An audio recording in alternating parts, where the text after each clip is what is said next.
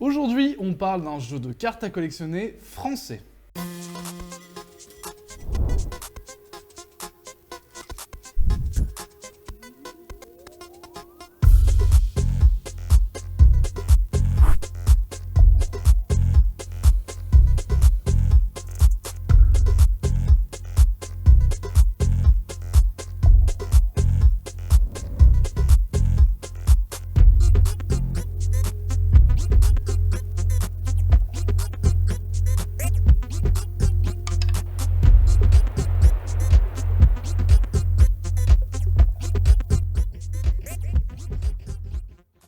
Bonjour et bienvenue dans Dungeon Attack. Aujourd'hui on va parler de Donjons et Procrastination, un jeu auto-édité et auto-distribué par Dice Club et Pomiad.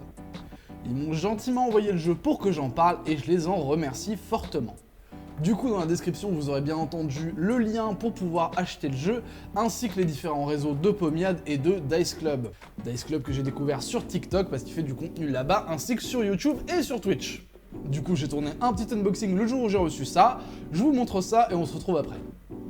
Et nous voilà devant le starter pack Donjons et Procrastination. Alors du coup, comme c'est marqué à l'arrière, le jeu contient du coup 10 cartes de la série starter, 2 boosters, un série 1, un série 2, 4 dés à 6 faces, plus la règle du jeu.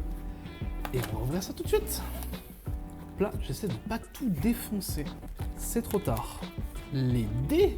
Oh, comme ils sont beaux. Je vais vous montrer des jolis b-rolls de tout ça, vous inquiétez pas. Vous savez comment ça marche ici. On aime bien faire des jolis b-rolls. Oh, comment c'est joli. Hop là. Du coup, ça, je suppose que c'est les cartes du coup de la série Starter. On a du coup le booster série 2. Et on a le booster série 1. De toute façon, ce que je disais, je vais vous en faire des b-rolls avant d'ouvrir quoi que ce soit. Du coup, on a la règle du jeu. Du coup, c'est pas bien compliqué, avec un petit QR code pour retrouver les règles en format dématérialisé. Et l'ensemble est absolument adorable. Alors, je sais pas si ça transparaît à la caméra, mais l'ensemble est tellement qualitatif. Pour quelque chose d'auto-édité, c'est tellement propre, c'est tellement joli, ça transpire vraiment, vraiment l'amour de son produit, j'ai envie de dire. Allez, on va ouvrir ça tout de suite pour voir qu'est-ce qu'on a dedans.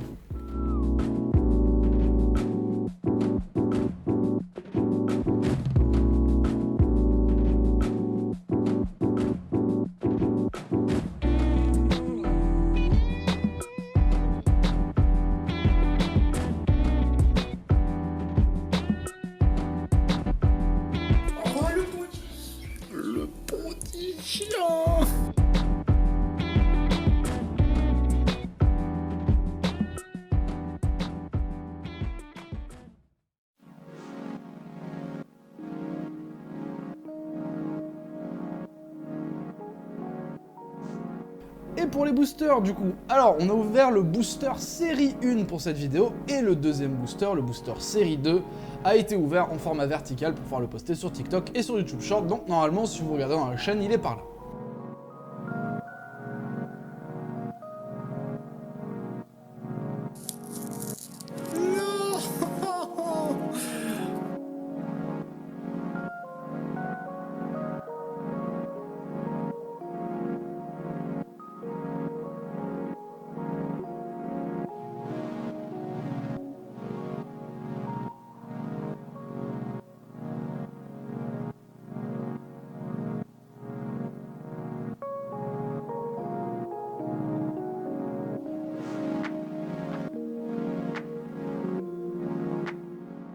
Voilà pour le contenu de la boîte Starter.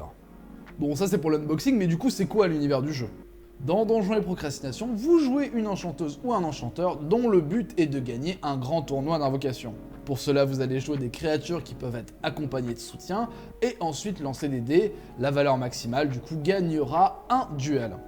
Quand vous gagnez un combat, vous mettez vos cartes vainqueurs dans une pile de champions et celui ou celle qui, à la fin de la partie, aura le plus de cartes dans sa pile champion, gagnera la partie.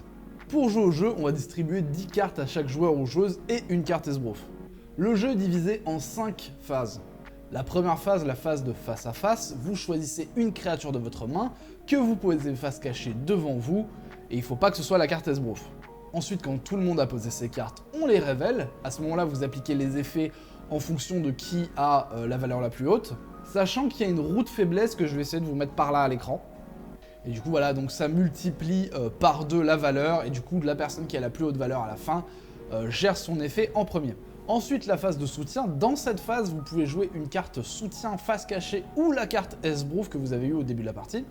Faites attention, elles diminueront votre valeur totale, mais elles ont des effets sympas, donc c'est 50-50. Si vous n'avez pas envie ou que vous ne pouvez pas jouer de carte soutien, vous jouez votre carte Esbrouf face cachée.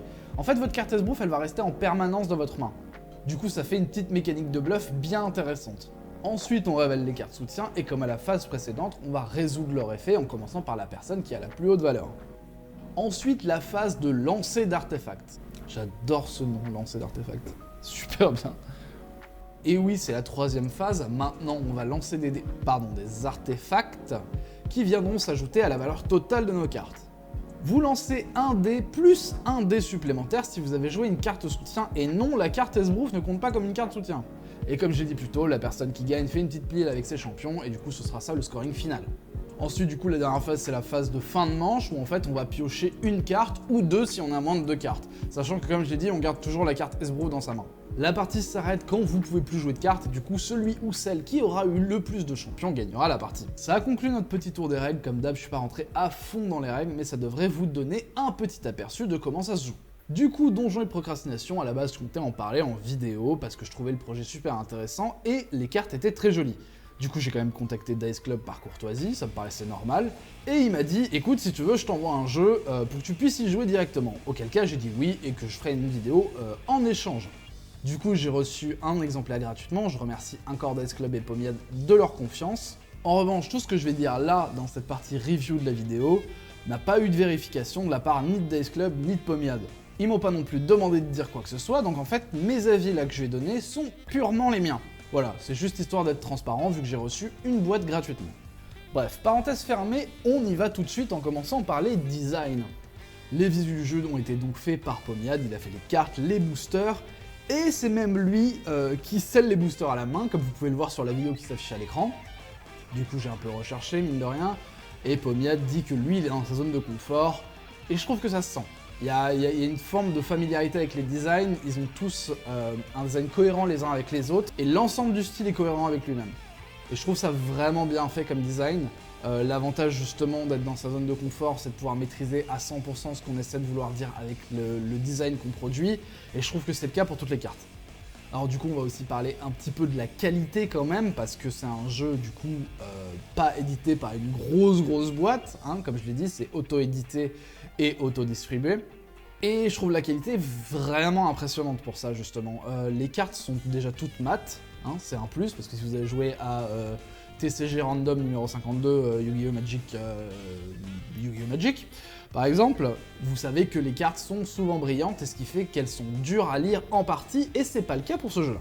Bon, alors j'ai un peu crié quand j'ai déchiré le booster, parce que c'était tellement joli que ça m'a fait un petit peu de peine. En plus de ça, toutes les cartes viennent avec une variante gold que vous pouvez avoir dans les boosters, donc ça aussi c'est un plus pour les collectionneurs. Du coup, les séries de cartes aussi sont assez courtes, hein. On est sur des séries d'une 30aine de cartes en moyenne. Donc si vous avez la collectionnite aiguë, sachez que c'est pas interminable de faire un set. Niveau gameplay, du coup, qu'est-ce que j'en pense?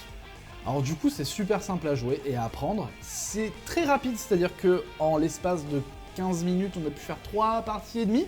Du coup, aujourd'hui, on parle spécifiquement du starter de joueur, mais sachez que le jeu peut se jouer jusqu'à 6. Donc ouais, niveau gameplay, ça se joue vraiment bien. Le lancer de dés, c'est un petit truc en plus tactile que je trouve assez cool. Du coup, il y avait juste un truc sur lequel j'étais moyen sûr au début des parties, c'était la mécanique de x2.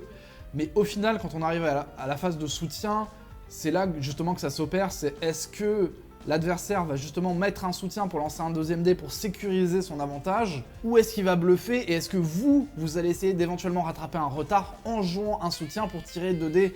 Donc il y a un peu cette mécanique de bluff qui se met en place à la phase de soutien. Honnêtement là-dessus, j'ai rien de plus à dire, hein. Le gameplay est solide, c'est light, ouais, c'est très light, c'est très rapide, mais en fait c'est justement parfait pour ce format-là en fait, je trouve. Un jeu de cartes à collectionner qui se joue vite, j'en connais pas des masses déjà. Hein. Il y a peut-être Force of Will. Vous connaissez Force of Will? Ça existe encore ce truc? Donc ouais, un TCG qui se joue vite, avec un peu de dés, et une mécanique de bluff. En tout cas, moi j'ai bien aimé, j'ai passé vraiment un bon moment quand j'y ai joué, et je trouve que ce qu'il essaie de dire et ce qu'il essaie d'accomplir, eh ben c'est réussi. Donc je peux que vous recommander Donjons et Procrastination. Du coup, ça conclut notre vidéo pour aujourd'hui, j'espère qu'elle vous aura plu.